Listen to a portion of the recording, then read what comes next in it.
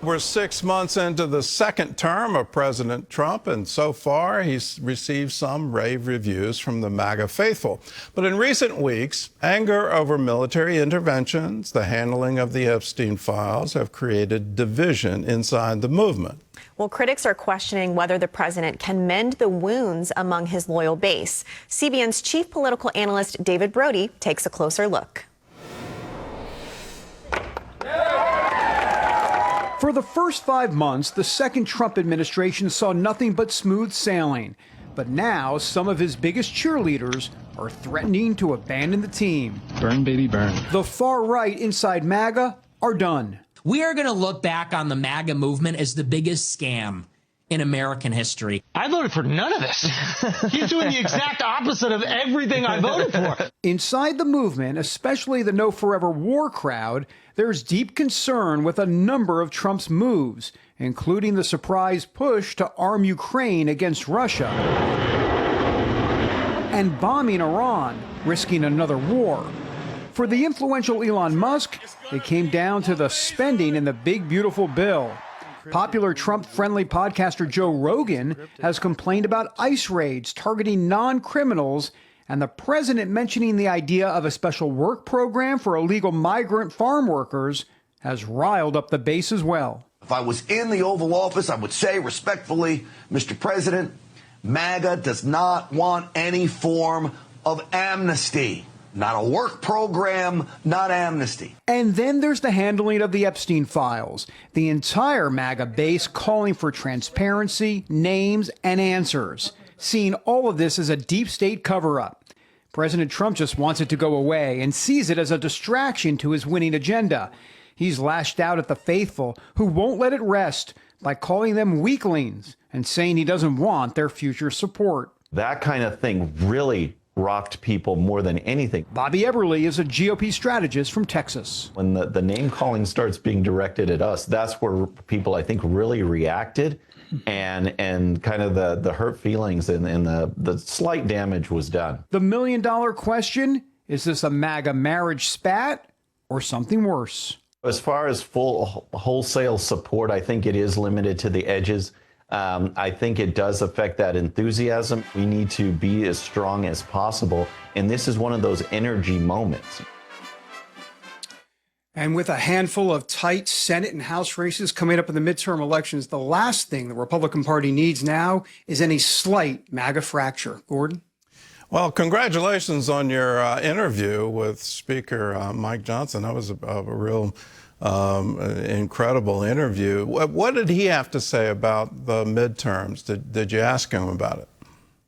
I did, and he's confident. He believes, and we're going to get into this next week on the club because there's so much more in that interview, but he talks about the big, beautiful bill, and he understands that the narrative war that is out there between Democrats saying the big, beautiful bill is immoral, going to cut food assistance, going to cut Medicaid and all of that, is something that they're going to have to push back against. And so he believes very confidently that they can do that. And so in essence, he made the moral case for the big, beautiful bill, something we'll discuss with him next week on the 700 Club.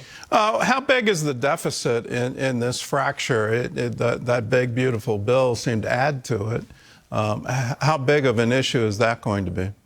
Well, it's huge, and Elon Musk obviously has been out front and center on that. And look, if you inject truth serum on Capitol Hill, and by the way, not much truth serum is, it's in short supply on Capitol Hill, Gordon, to be sure.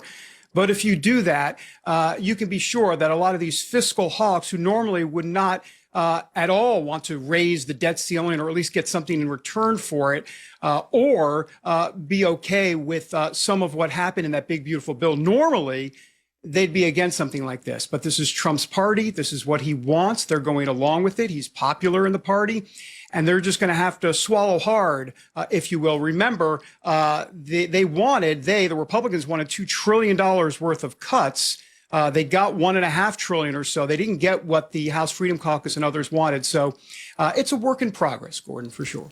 Well, let's go to one of the screaming headlines, and that is Tulsi Gabbard saying she's got evidence that President Obama's national security team manufactured intelligence. And then yesterday in the Oval Office, Trump accused Obama of treason.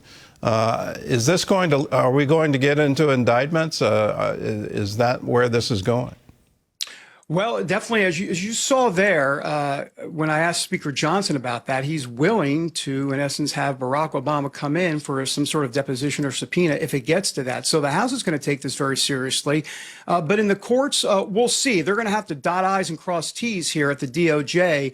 My sense of it is it'll be some sort of special counsel ultimately that looks into all of this. Also, what you might see is a grand jury formed down in Florida. And a lot of folks would say, well, why Florida? Well, that Mar-a-Lago raid may have something to do with potential documents that were being looked for as part of all of the declassified documents that Tulsi Gabbard went ahead and declassified. There's a sense that maybe, and we don't know for sure, but maybe some of those documents at the time were thought to be housed at Mar-a-Lago. They were not there.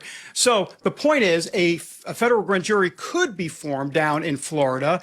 So we wait to see about that as well. Well, President Obama pushed back on it yesterday, and he pointed to the Senate committee that affirmed that there was Russian interference in the 2016 election. I want to point out that that doesn't cover the investigation of the Trump campaign. That was the first time the FBI had ever been unleashed on a presidential campaign.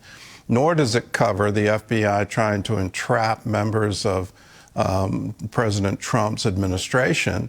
It's one thing to say the Russians interfered and you've got proof of it. There's another thing to say, well, we manufactured evidence of collusion, and so we went after an incoming administration. What's the difference here, and how important is that difference going to be in the coming months? Well, I think the key point of all of this was in the last part of Barack Obama, the former president's statement. He specifically said, we never, and I'm paraphrasing, but he said, we never said that Russia manipulated the vote machines. Here's the problem with that. If you just look in the last, ever since that happened, in essence, the hacking that the Democrats talked about all the time, they kept saying Russia hacked the elections. Well, to the voter out there who, might not be thinking about hacking into Facebook or any of that. No, they think hacking, they think, well, you mean hacking into the voting machines. As a matter of fact, some Democrats actually said that. So the former president says, we never said that they were manipulating votes, but the talking point from Democrats and many of their other colleagues were they hacked the election. Well, voters will think hack the election means you manipulated the vote count total. So there's a lot of stuff that needs to be sifted through here, and words matter, especially in court. Well, again, back to my point, it's one thing to say the Russians interfered, whether it's hacking or let's plant social media stories or let's release emails from the Democrats. It's another to say the Trump campaign colluded with them. And that was the accusation. And that's what the FBI, that's what Mueller investigated. And if all of that was invented, that's huge. That's not a little thing. And so are we looking at a red herring? Shouldn't we just be focused on the narrow issue of was the intelligence about Trump campaign collusion manufactured? Well, that's a good point. And here's another additional question to all of that. What about the Durham report? What about Robert Mueller? What about, let's be honest, the declassified intelligence that Tulsi Gabbard has said has been manufactured happened in December of 2016 and January of 2017. Well, if that's the case, where was the Trump administration all along, the first Trump administration from 2017 to 2021, whether the CIA, FBI, none of this looked at. So there's a lot of folks that may have missed this or intentionally missed it. We don't know. But this kind of goes to the deep state apparatus here, that it's not just Democrats. It could be Republicans and some folks that have been around for a very long time that didn't want this to come out. All right. Any update on the Epstein files? Are we going to finally see a complete release of all the files? Well, I think it's a kick the can down the road situation at this point. During the interview with Speaker Mike Johnson, I asked him about, you have any procedural rules or anything that you can do on your end to kind of muck it up, is what I said. And one of those ways to muck it up for sure is to just send everybody home and have no more votes. And that's exactly what he's doing on Wednesday of this week. And there will be no more votes and everybody will go home for August recess.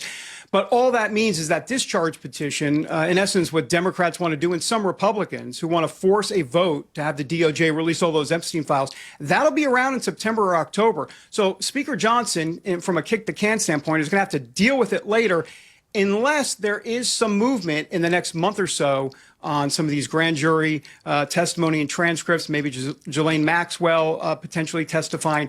We'll see. But right now, that still hangs over the head of Republicans for sure. Okay, once again, excellent interview. You're saying the rest of it's next week? We got to wait. We got to wait. That's a long time on the news cycle. I will say this, if you don't mind, if I have a quick little snippet. Would you like to? Can we hear that for a moment? Is that all right? Yeah. All right. Well, listen to this. This is specifically about his relationship with Trump. He loves Trump. Trump loves him. We get into that, and then I asked him if maybe he'd do a Trump impression. Take a look, Gordon.